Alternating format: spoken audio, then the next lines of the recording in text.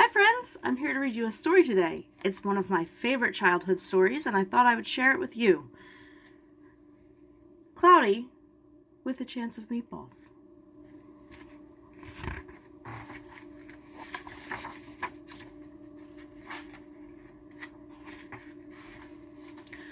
We were all sitting around the big kitchen table. It was Saturday morning, pancake morning. Mom was squeezing oranges for juice. Henry and I were betting on how many pancakes we could eat, and Grandpa was doing the flipping.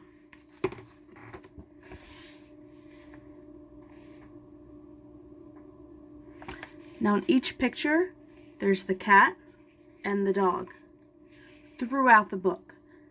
Watch and see how many times you can see them in the pictures.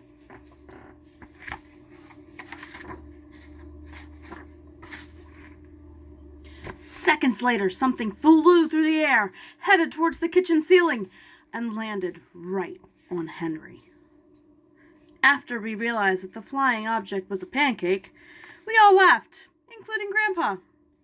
Breakfast continued quite uneventfully.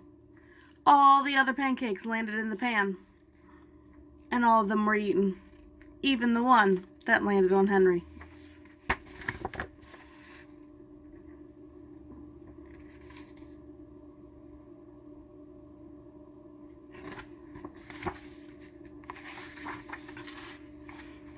That night, touched off by the pancake incident at breakfast, Grandpa told us the best tall-tale bedtime story he'd ever told. Across an ocean, over lots of huge bumpy mountains, across 3 hot deserts and 1 smaller ocean, there lay the tiny town of Chew and Swallow.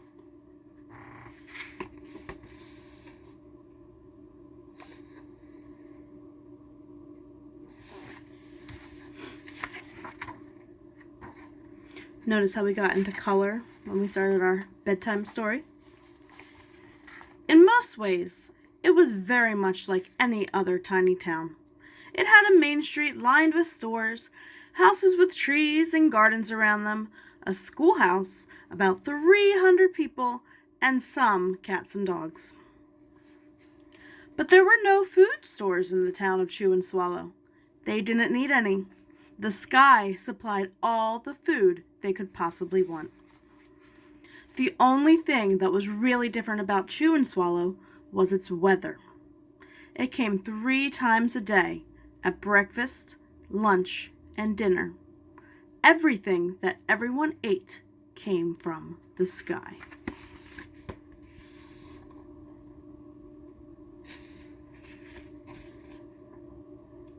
There's our dog.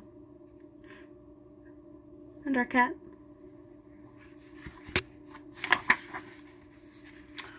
Whatever the weather served, that was what they ate. It never rained rain, it never snowed snow, and it never blew just wind.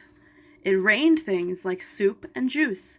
It snowed mashed potatoes and green peas, and sometimes the wind blew in storms of hamburgers.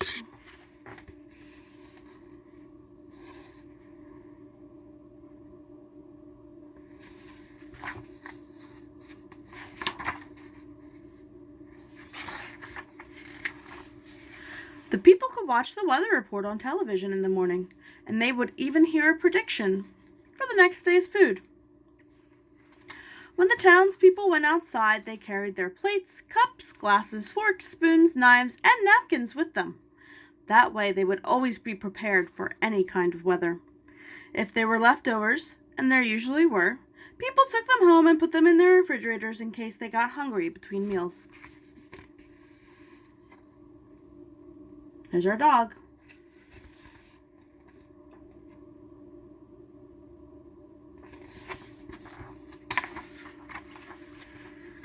The menu varied. By the time they woke up in the morning, breakfast was coming down. After a brief shower of orange juice, low clouds of sunny-side-up eggs moved in, followed by pieces of toast. Butter and jelly sprinkled down for the toast, and most of the time it rained milk afterwards. For lunch, one day, frankfurters, already in their rolls, blew in from the northwest at about 5 miles an hour.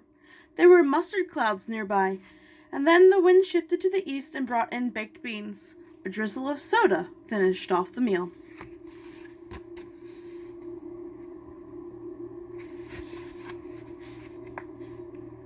He scared her so hard, her teeth fell out.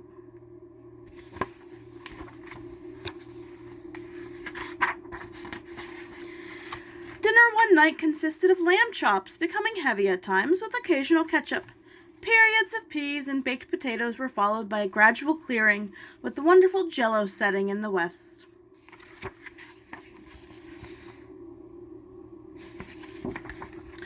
The sanitation department of Chew and Swallow had a rather unusual job for a sanitation department.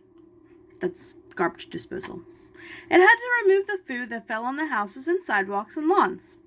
The workers cleaned things up after every meal and fed all the cats and dogs.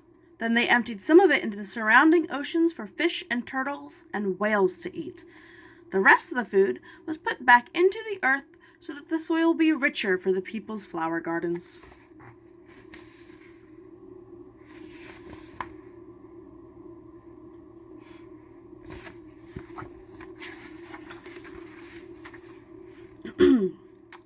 Life for the townspeople was delicious until the weather took a turn for the worst. It says spaghetti ties up town. One day, there was nothing but gorgonzola cheese all day long. It's a very stinky type of cheese. The next day, there was only broccoli, all overcooked. And the next day, there were Brussels sprouts and peanut butter with mayonnaise. Another day, there was a pea fog soup, and no one could see where they were going. They could barely find the rest of the meal that got stuck in the fog.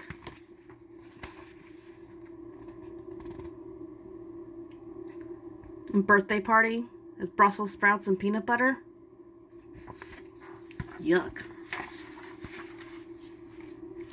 The food was getting larger and larger, and so were the portions. The people were getting frightened. Violent storms blew up frequently.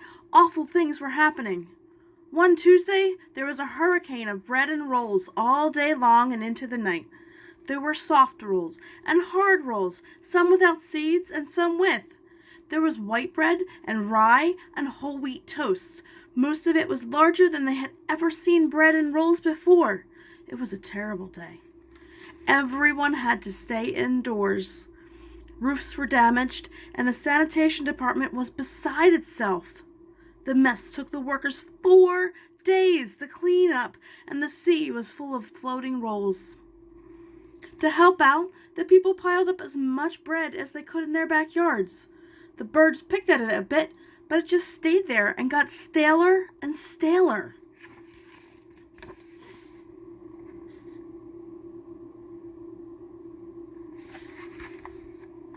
There was a storm of pancakes one morning and a downpour of maple syrup that nearly flooded the town. A huge pancake covered the school. No one could get it off because it weighed so much, so they had to close the school.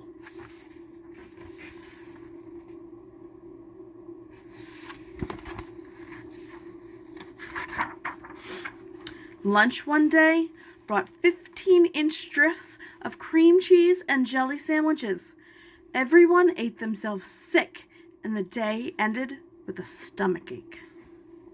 There was an awful salt and pepper wind, accompanied by an even worse tomato tornado. People were sneezing themselves silly and running to avoid the tomatoes. The town was a mess. There were seeds and pulp everywhere.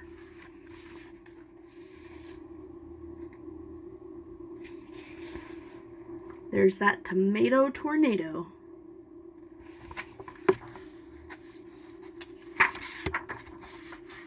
The sanitation department gave up. The job was simply too big. Everyone feared for their lives. They couldn't go outside most of the time. Many houses had been badly damaged by giant meatballs. Stores were boarded up, and there was no more school for the children. Sounds familiar, doesn't it? So the decision was made to abandon the town of Chew and Swallow.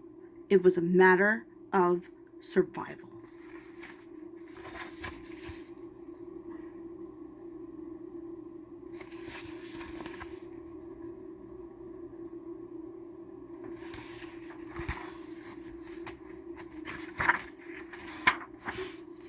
The people glued together the giant pieces of stale bread, sandwich style, with peanut butter, took the absolute necessities with them, and set sail on their rafts for a new land.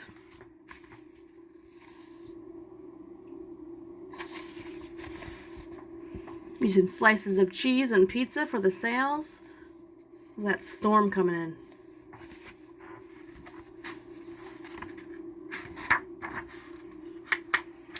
After being afloat for a week, they finally reached a small coastal town, which welcomed them. The bread had held up surprisingly well enough for them to build temporary homes for themselves out of it.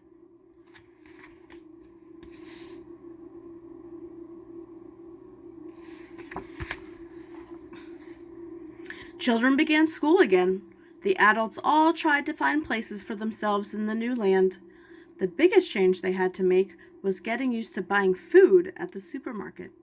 They found it odd that the food was kept on shelves, packaged in boxes, cans, and bottles. Meat that had to be cooked was kept in large refrigerators. Nothing came down from the sky except for rain and snow. The clouds above their heads were not made of fried eggs, and no one ever got hit by a hamburger again. Nobody dared to try to go back to Chew and Swallow to find out what had happened. They were too afraid. Henry and I were awake until the very end of Grandpa's story. I still remember his goodnight kiss.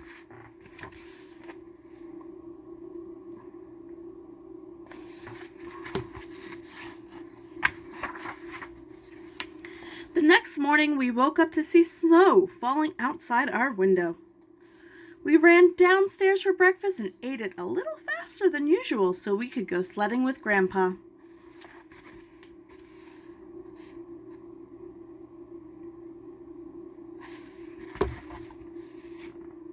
It's funny, but even as we were sliding down the hill, we thought we saw a giant pat of butter at the top, and we could almost smell the mashed potatoes. There's our dog.